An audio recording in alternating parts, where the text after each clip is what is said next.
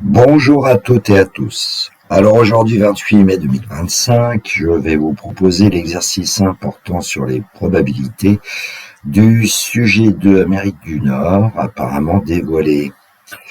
Dans le descriptif de la vidéo, vous trouverez les copiés énoncés corrigés en format PDF, ainsi qu'un lien vers mon blog où vous pouvez trouver divers documents de maths, spécialités de maths experts notamment. Dans cette vidéo, je vais vous montrer un certain nombre de méthodes et notamment l'utilisation de la calculatrice TI. Donc souvent, je fais des compléments dans les vidéos par rapport au polycopier. Si mon travail vous intéresse, n'hésitez pas à m'envoyer un pouce levé. Ça m'encourage à continuer, moi le retraité. Je remercie d'ailleurs les gens qui le font. Et éventuellement m'envoyer un message si besoin est.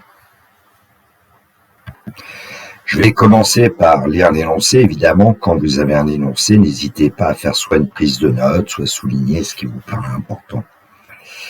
Alors, au basketball, il est possible de marquer des paniers rapportant 1 point, 2 points, 3 points. Les parties A et B sont indépendantes. Partie A, l'entraîneur d'une équipe de basket décide d'étudier les statistiques de réussite des lancers de ses joueurs. Il constate qu'à l'entraînement, lorsque Victor tente un panier à 3 points, il réussit avec une probabilité de 0,32. Lors d'un entraînement, Victor effectue une série de 15 lancers à 3 points. On suppose que ces lancers sont indépendants. On note grand N, la variable aléatoire qui donne le nombre de paniers marqués. Les résultats des probabilités demandées seront, si nécessaire, arrondis au millième.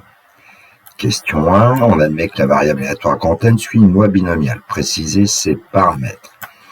Question 2. Calculer la probabilité que Victor réussisse exactement 4 paniers lors de cette série. Question 3. Déterminer la probabilité que Victor réussisse au plus 6 paniers lors de cette série. Question 4. Déterminer l'espérance de la variable aléatoire grand N. Question 5, on a de grand T la variable aléatoire qui donne le nombre de points marqués après cette série de lancers. Petit a, exprimer grand T en fonction de grand N. Petit b, en déduire l'espérance de la variable aléatoire grand T, donner une interprétation de cette valeur dans le contexte de l'exercice. Petit c, calculer la probabilité que T soit comprise entre 12 et 18. Partie B. On note grand X, la variable aléatoire donnant le nombre de points marqués par Victor lors d'un match. On admet que l'espérance E de X égale 22 et la variance V de X égale 65. Victor joue N matchs où N est un nombre entier strictement positif. On note X1, X2, Xn les variables aléatoires donnant le nombre de points marqués au cours du premier, deuxième, énième match. On admet que les variables aléatoires x1, x2, xn sont indépendantes et suivent la même loi que celle de grand X. On pose mn égale x1 plus x2 plus etc. plus xn divisé par n. Question 1. Dans cette question, on prend n égale 50. Petit a, que représente la variable aléatoire m50. Petit b, déterminer l'espérance et la variance de m50. Petit c, démontrer que la probabilité que valeur absolue de M50 moins 22 soit supérieure ou égale à 3 est inférieure ou égale à 13 sur 90. Petit d, en déduire que la probabilité de l'événement M50 est strictement comprise entre 19 et 25 est strictement supérieure à 0,85. Question 2. Indiquer en justifiant si l'affirmation suivante est vraie ou fausse. Il n'existe aucun entier naturel n tel que la probabilité que la valeur absolue de mn-22 soit supérieure ou égale à 3 est inférieure à 0,01 strictement. Bon, évidemment, l'idéal, c'est de prendre feuille, crayon, de chercher cet exercice, une calculatrice à disposition pour les certains calculs. En ce qui me concerne, la correction dans quelques instants. Question 1 de la partie A, on admet que la variable aléatoire grand N suit une loi binomiale, préciser ses paramètres. Alors, on nous disait dans le texte que à l'entraînement, lorsque Victor tente un panier à 3 points, il aurait essayé avec une probabilité de 0,32. Donc, on va souligner la probabilité 0,32. Ensuite, lors d'un entraînement, Victor effectue une série de 15 lancers à 3 points. On suppose que ces lancers sont indépendants. Et puis grand N est la variable aléatoire qui donne le nombre de paniers marqués. Donc si on avait à justifier que grand N suit une loi binomiale, on pourrait dire que grand N est la répétition de N égale 15 épreuves indépendantes et identiques. Chaque épreuve possède 2 résultats possibles. Le succès, Victor réussit le panier à 3 points. L'échec, Victor ne réussit pas le panier à 3 points. La probabilité de succès, c'est 0,32. La probabilité d'échec, c'est 1 moins 0,32, c'est-à-dire 0,68. On est en présence d'un schéma de Bernoulli. Grand N est la variable aléatoire qui donne le nombre de succès, donc grand N suit la loi binomiale de paramètres. N à mazette. Grand N suit la loi binomiale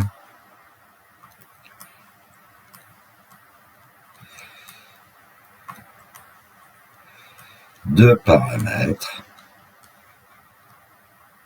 Alors, petit n égale 15, puisqu'il y a 15 lancés, et petit p égale 0,32. Bon, je vais en profiter pour vous dire un moins p, la probabilité d'échec c'est 0,68, on en aura besoin après, certainement. Alors, je vais vous montrer comment on peut obtenir cette loi binomiale en termes de représentation graphique à l'aide d'une calculatrice TI.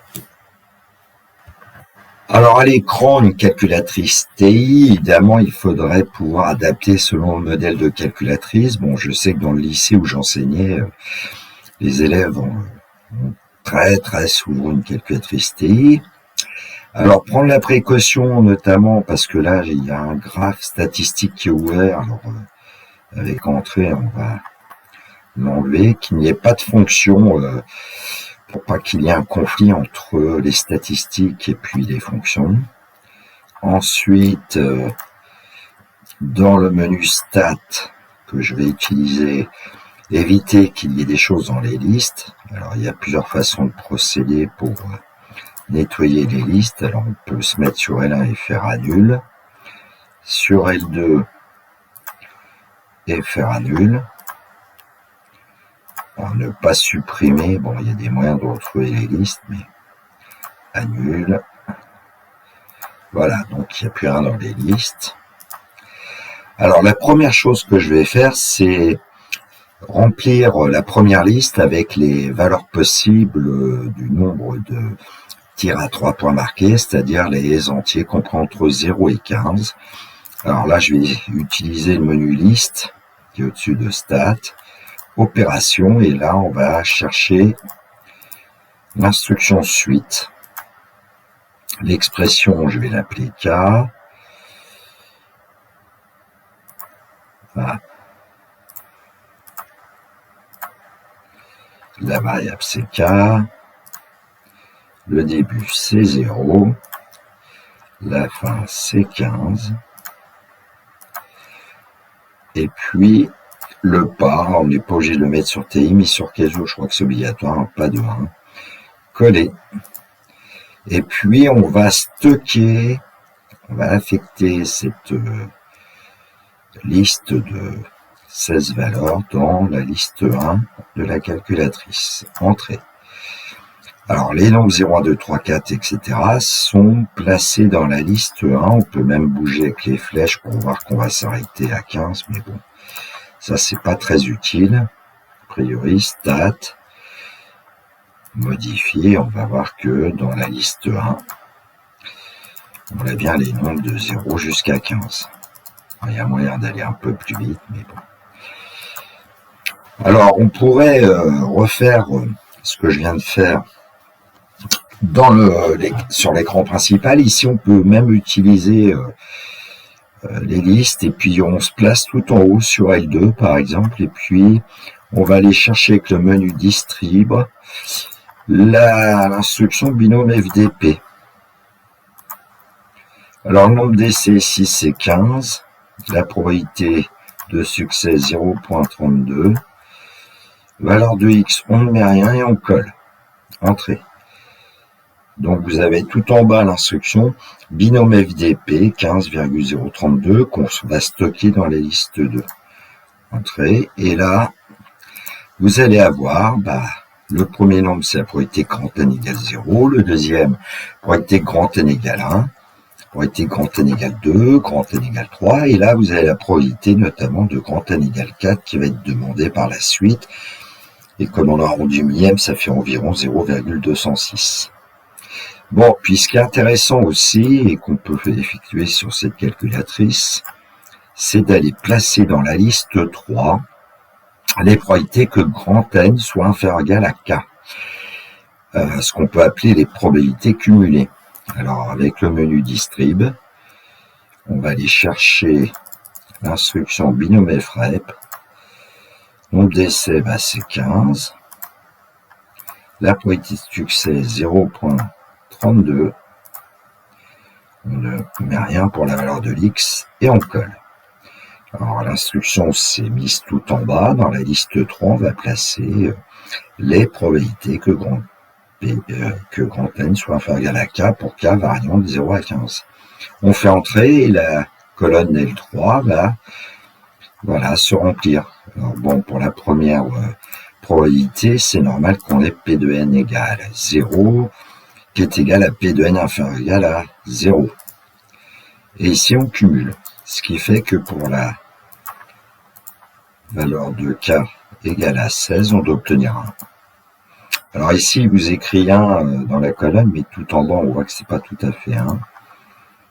Bon, là, il y a même une petite erreur d'arrondi. Ça devrait être 1, on ne peut pas dépasser 1 normalement. Bon, ensuite, ce que je vais vous faire voir, c'est comment on peut effectuer un graphique. Alors, dans le menu Graph Stat tout en haut à gauche, ici, le premier graphe n'est pas affiché, alors on va l'afficher. Bon, pour l'instant, on choisit nuage de points. On peut aussi choisir nuage de points reliés par des segments. La liste 1, c'est les valeurs de K. La liste 2, c'est les valeurs de P de grand N égale K. Donc, ça nous intéresse. La marque, j'ai pris un petit carré bleu. Et là, en statistique, vous pouvez faire ce qu'on appelle un zoom statistique qui vous permet de régler la fenêtre quasiment automatiquement, même si on va la modifier un peu. Donc voilà le tracé qu'on voit. Vous avez donc le nuage de points. On reconnaît normalement un diagramme pratiquement en bâton d'une loi binomiale. Alors si on relie par des segments, dans le type, on prend voilà, ce deuxième icône, on va faire graphe, voilà, il s'est relié par des segments, mais là on voit plus très bien les points. Donc je vais prendre un grand carré. Normalement on devrait mieux voir. Voilà, donc voilà notre représentation graphique, et avec la touche trace, eh bien, tout en bas, quand on a x égale 0, c'est ici, en fait, k égale 0, on a la probabilité qui est donnée avec y. Donc, la probabilité que grand N égale 0, c'est environ 0,003. Alors, on va nous demander la probabilité que grand N égale 4 à un moment donné. On va donc obtenir 0,206 environ. Et puis ici, vous avez la plus grande probabilité, c'est pour k égale 5. La probabilité grand N égale 5, donc elle est égale à 0,213. En général, la plus grande probabilité qu'on obtient, elle est obtenue autour de l'espérance mathématique. C'est un résultat que vous n'avez pas vu, mais vous pouvez me faire confiance. Bon. Alors ensuite, on peut aussi régler la fenêtre si elle n'est pas très jolie. Alors là, on pourrait peut-être régler les x entre -1 et 16, tout simplement. Bon, par une graduation de 1, ici on voit que le max pour les y c'est 0.249, on peut prendre 0.25. Allez, avec un pas de 0,05, une graduation. Et puis pour Y-min, ben, on peut peut-être placer moins 0,05. Par exemple, et faire graphe. Bon, un petit peu plus joli si on veut. Alors on peut aussi représenter le deuxième graphe. Alors là, il va y avoir un petit souci si je laisse le premier graphe affiché, on va l'enlever après. Affiché, alors on peut peut-être aussi prendre une nuage de points relié par des segments. Et là, ça marche. Et le 3, bah, c'est ce qu'on veut. Alors, on va mettre une marque assez grosse. Et puis, avant d'utiliser le zoom stat dans F2X, c'est plus rapide le graphe 1, je vais faire entrer pour pas qu'il apparaisse. Zoom 9. Et là, vous voyez apparaître en fait le nuage de points avec 3 abscisses K pour ordonner la probabilité grand N inférieur égal à K, pour K compris entre 0 et 15. Alors les gradations évidemment sont pas terribles sur la fenêtre, on peut la modifier à nouveau, moins 1, Xmin, 16 Xmax, graduation 1. Alors évidemment le Ymax il est forcément un tout petit peu plus grand que 1 ici, ce sont des fréquences cumulées croissantes en fait, et puis pour Ymin on peut peut-être prendre moins 0,1 et une graduation de 0,1 et faire graphe là, pas zoom, hein. Voilà, et on peut se balader avec la touche trace sur ce nuage de points. On va vous demander à un moment donné une probabilité que grand N soit inférieur égal à 6, je crois. Et bien on a la réponse tout en bas à droite. La probabilité que grand N soit inférieur égal à 6, c'est environ 0,828. Évidemment, on peut retrouver dans le menu Stat, dans la liste 3, la probabilité que grand N soit inférieur égal à 6 ici. Hein. Faut faire attention, dans la liste 1, voilà, on a 6.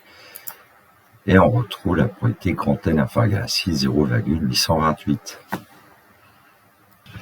Question A2, calculer la probabilité que Victor réussisse exactement 4 paniers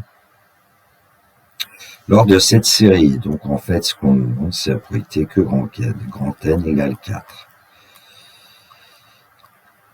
Alors ce qu'on pourrait dire, c'est que la probabilité grand N égale K, c'est K parmi N multiplié par P puissance K multiplié par 1 moins P puissance N moins K pour tout entier K compris entre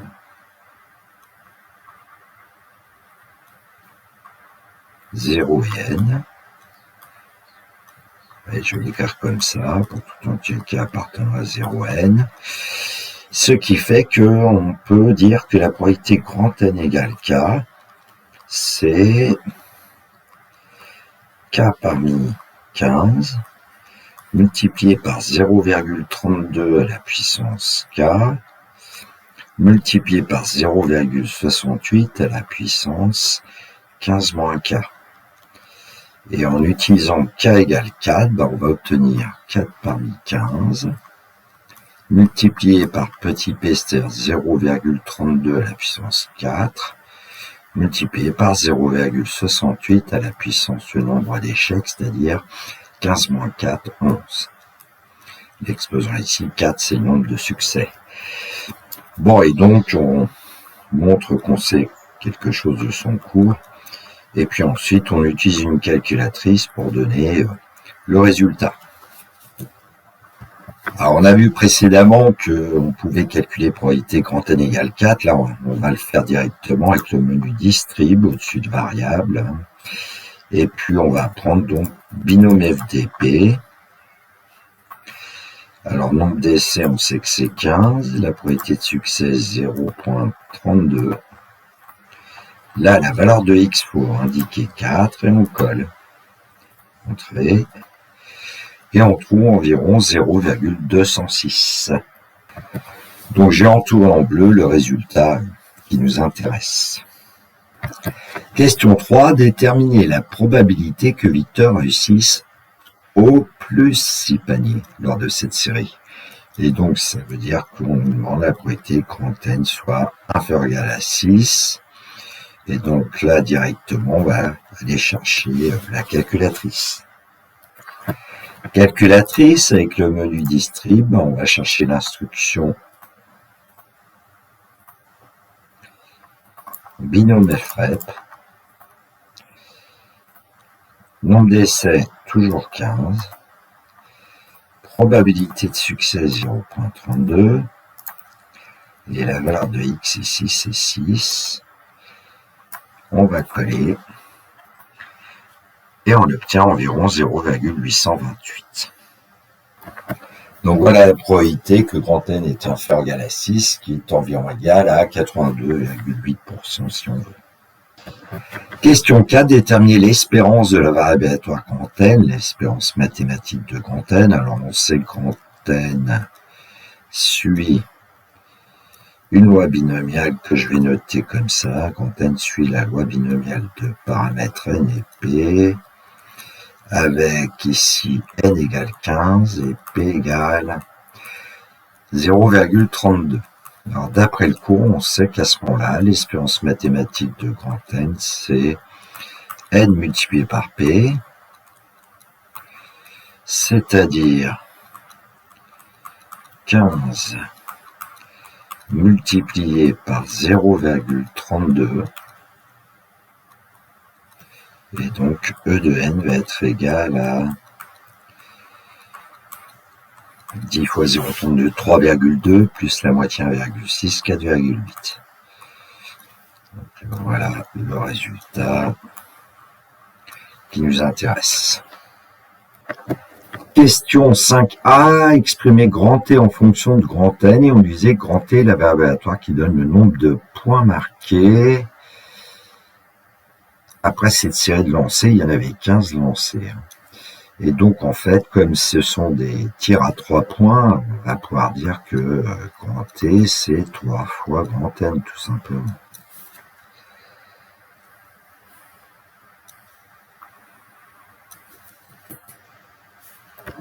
Question 5b, on déduit à l'espérance de la variable aléatoire grand T, donner une interprétation de ces valeurs dans le contexte de l'exercice. Alors, on sait que nous, T, c'est 3 grand N. Donc, on va pouvoir dire que E de T, c'est-à-dire l'espérance mathématique de grand T, c'est l'espérance mathématique de 3 grand N. Et d'après le cours, on sait que dans ce cas-là, l'espérance mathématique de 3 grand N, c'est aussi 3 fois l'espérance mathématique de grand N.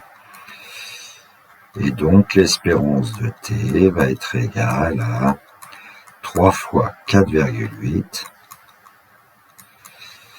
Et donc, l'espérance mathématique de grand T, c'est 3 fois 4, 12, plus 2,4, 14,4. Et donc, on interprète en moyenne. Victor marque 14,4 points.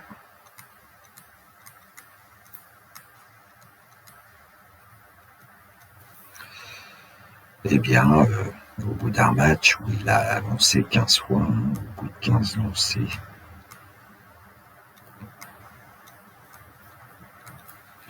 au cours d'un match.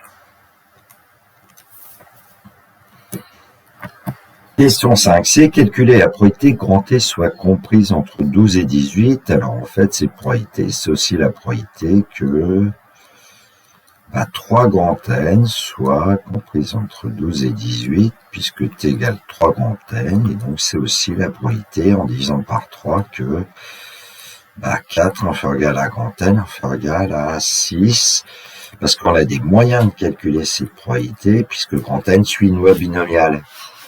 Et donc, on peut même dire que c'est la probabilité que grand N soit inférieur ou égal à 6, moins la probabilité que grand N soit inférieur ou égal, alors attention ici à 3. Comme ça, on peut utiliser les instructions d'une calculatrice. Alors, je vais quand même vous refaire un petit dessin, si vous voyez pas très bien. Donc, nous, ce qu'on veut, c'est que grand N soit égal soit à 4, soit à 5 ici, soit à 6. On pourrait même calculer cette probabilité en ajoutant P de n égale 4 plus P de n égale 5 plus P de n égale 6 si on veut. Alors ensuite, nous avons les valeurs 0, 1, 2, 3.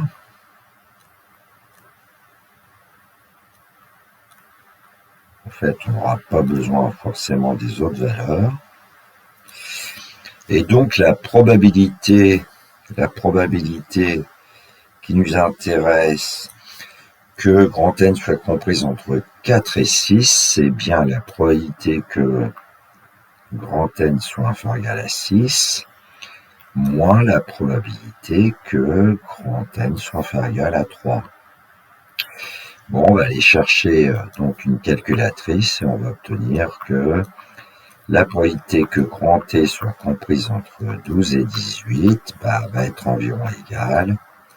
La suite dans quelques instants avec une machine.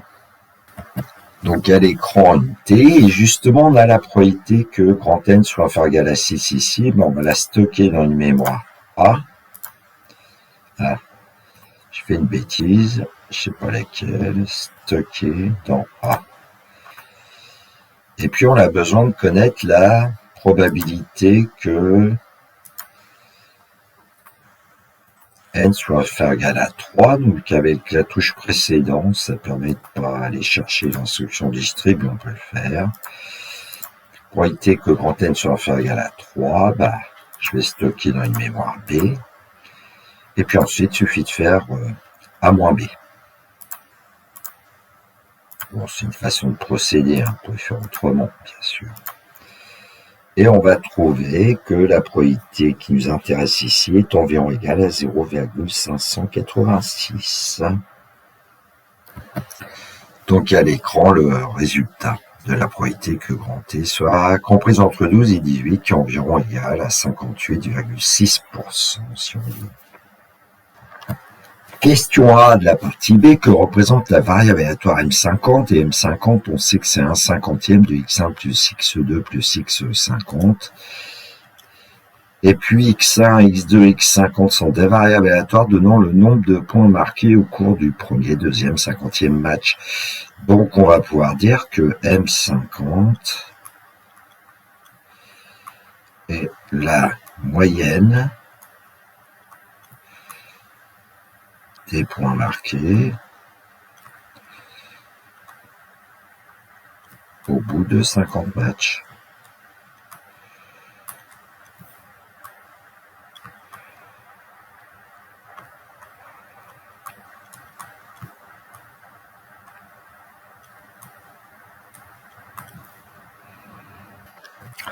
Question 1b, déterminer l'espérance, c'est la variance de M50. Alors, on connaît M50 et on nous dit que les variables aléatoires x1, x2, x50 suivent la même loi que celle de grand X, et les variables aléatoires x1, x2, x50 sont indépendantes, ce qui veut dire que d'après le cours, je ne vais pas le redémontrer, E de M50 est égal à E de X en fait. Et donc on va obtenir évidemment l'espérance mathématique de grand X, qui est 22 d'après l'énoncé. Et puis pour V de M50, important que les variables aléatoires X soient indépendantes, V de M50 d'après le cours, c'est 1/50 de V de X. Donc ça va donner 1/50 multiplié par 65 si mes souvenirs sont bons. En divisant par 5, on obtient 13 dixièmes, c'est-à-dire 1,3 si on veut. Question 1c, démontrer que la probabilité que valeur absolue de M50-22 soit supérieure à 3 est inférieure ou égale à 13 sur 90. Alors la première remarque qu'on va faire, c'est que la probabilité cherchée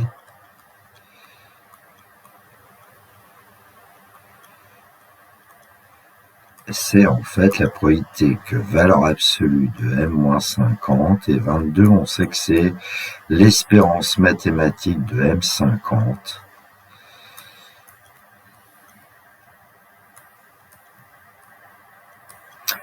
Ce qui va nous permettre d'utiliser l'inégalité de Bien-Aimé Tchebychev, puisqu'on sait que la probabilité que valeur absolue de M50 moins E de M50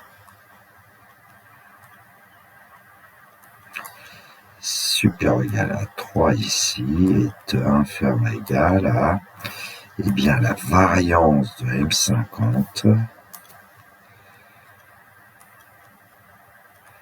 divisé par le nombre 3 au carré. Et ça, c'est d'après Bien-Aimé Tchebychev, que je vais noter BT.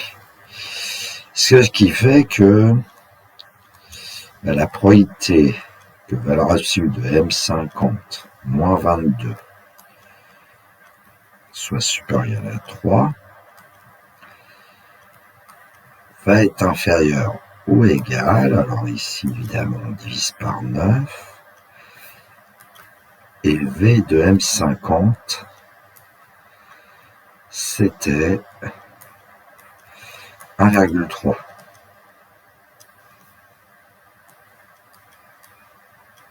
Bon, il suffit de multiplier par 10 le numérateur et le dénominateur de 1,3 divisé par 9 pour obtenir le résultat qui était demandé.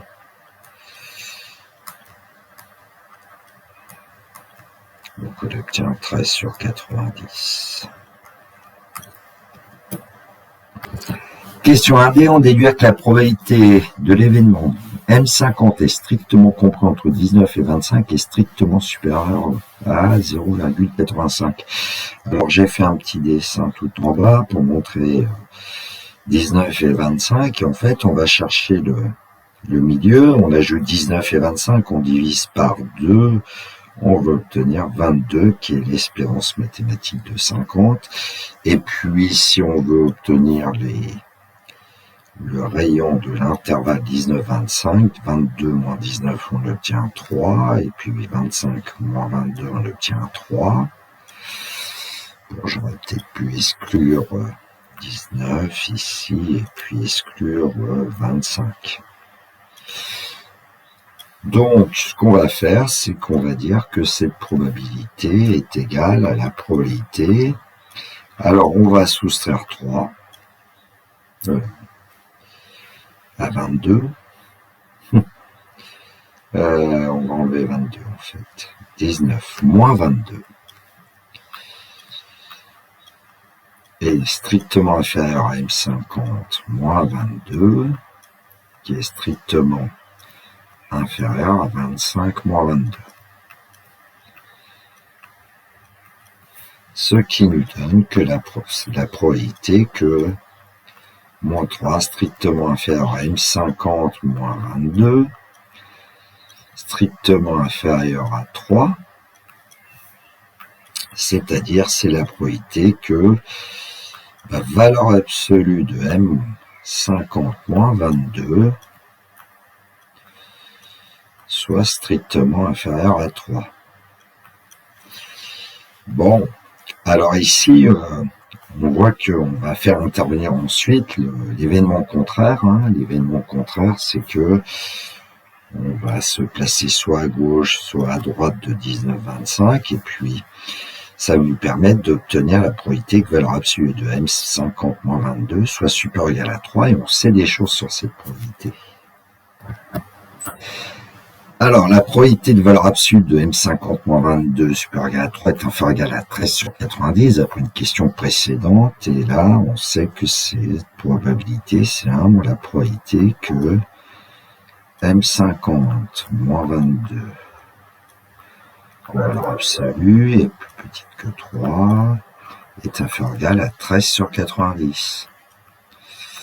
Donc on va transposer 1 moins 13 sur 90 va être inférieur ou égal à la probabilité que valeur absolue de M50 moins 22 soit inférieur à 3. Donc, 90 sur 90 moins 13 sur 90 va nous donner 77 sur 90 est inférieur ou égal et justement la probabilité que M50 soit strictement comprise entre 19 et 25.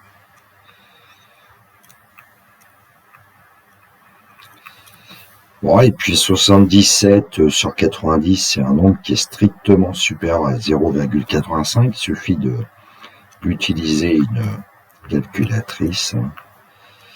Et donc, on va obtenir que la probabilité que 19 inférieur à M50 inférieur strictement à 25 est bien plus grande que 0,85 qui était le résultat attendu. Question 2 de la partie B, indiquée en justifiant si l'affirmation suivante est vraie ou fausse, il n'existe aucun antinaturel n tel que la probabilité de valeur absolue de Mn-22 supérieure ou égale à 3 soit strictement inférieure à 0,01. Alors l'énoncé nous donnait Mn, et puis d'après le cours, on sait que l'espérance de Mn, c'est l'espérance de x22, et la variance de Mn, c'est 1 sur n, variance de x. Donc c'est 65 sur n, puisque la variance de x était 65. Et donc la probabilité qui est mise en jeu ici, probabilité que valeur absolue de Mn moins 22, en fait c'est E de Mn, supérieur ou égal à 3. Eh bien, nous, on sait, d'après l'inégalité de bien-aimé de Chebyshev, on pourra essayer d'utiliser une inégalité de concentration aussi, est inférieur ou égal à la variance de Mn divisé par 3 carré. C'est-à-dire 65 sur n divisé par 9. Donc, en fait, c'est 65 sur 9n. Alors, est-ce que c'est possible que cette probabilité soit strictement inférieure à 0,01 ? Ça serait vrai.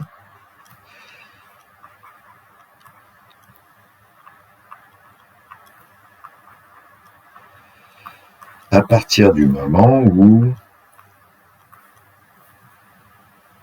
eh bien,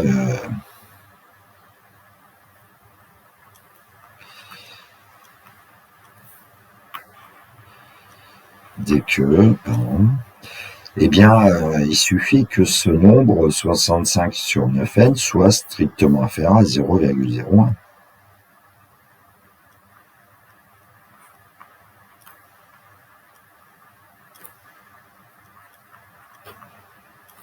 C'est-à-dire dès que, alors avec une petite manipulation algébrique, on multiplie par 9n, on divise par 0,01. Bon, je vous laisse vérifier que ça va nous donner par exemple ça. 6500 divisé plus petit que 9n, c'est-à-dire dès que 6500 divisé par 9 est plus petit que n, on ne change pas le sens de l'inégalité. Et comme 6500 divisé par 9, c'est environ 722,2, on veut que n soit strictement supérieur à 600 divisé par 9. Donc, ça veut dire que 723 inférieur ou égal à n. Et donc, pour toutes les valeurs de l'anti-n supérieures ou égale à 723, on a cette probabilité qui est strictement inférieure à 0,01, donc on peut dire que l'affirmation donnée est fausse.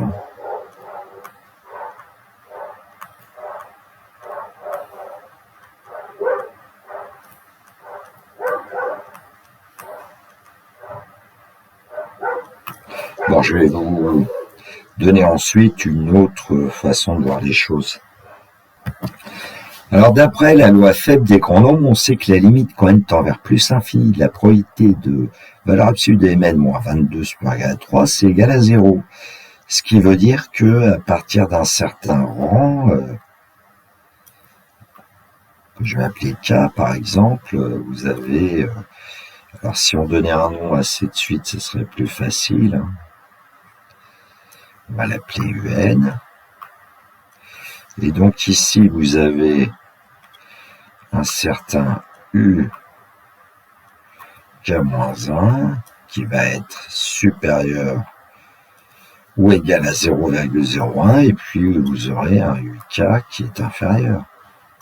Et tous les autres sont d'ailleurs aussi les UK plus 1, UK plus 2, plus petit que 0,01, donc il existe K appartenant à grand N, tel que la UK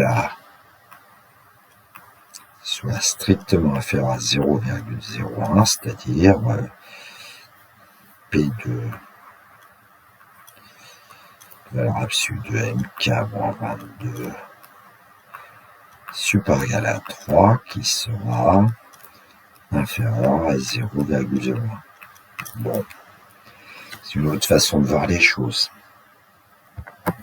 Voilà, cette vidéo est terminée pour moi. Il me reste à vous souhaiter une très belle journée, que la force soit avec tous les étudiants et notamment les lycéens de terminale qui passeront leur épreuve de bac bientôt.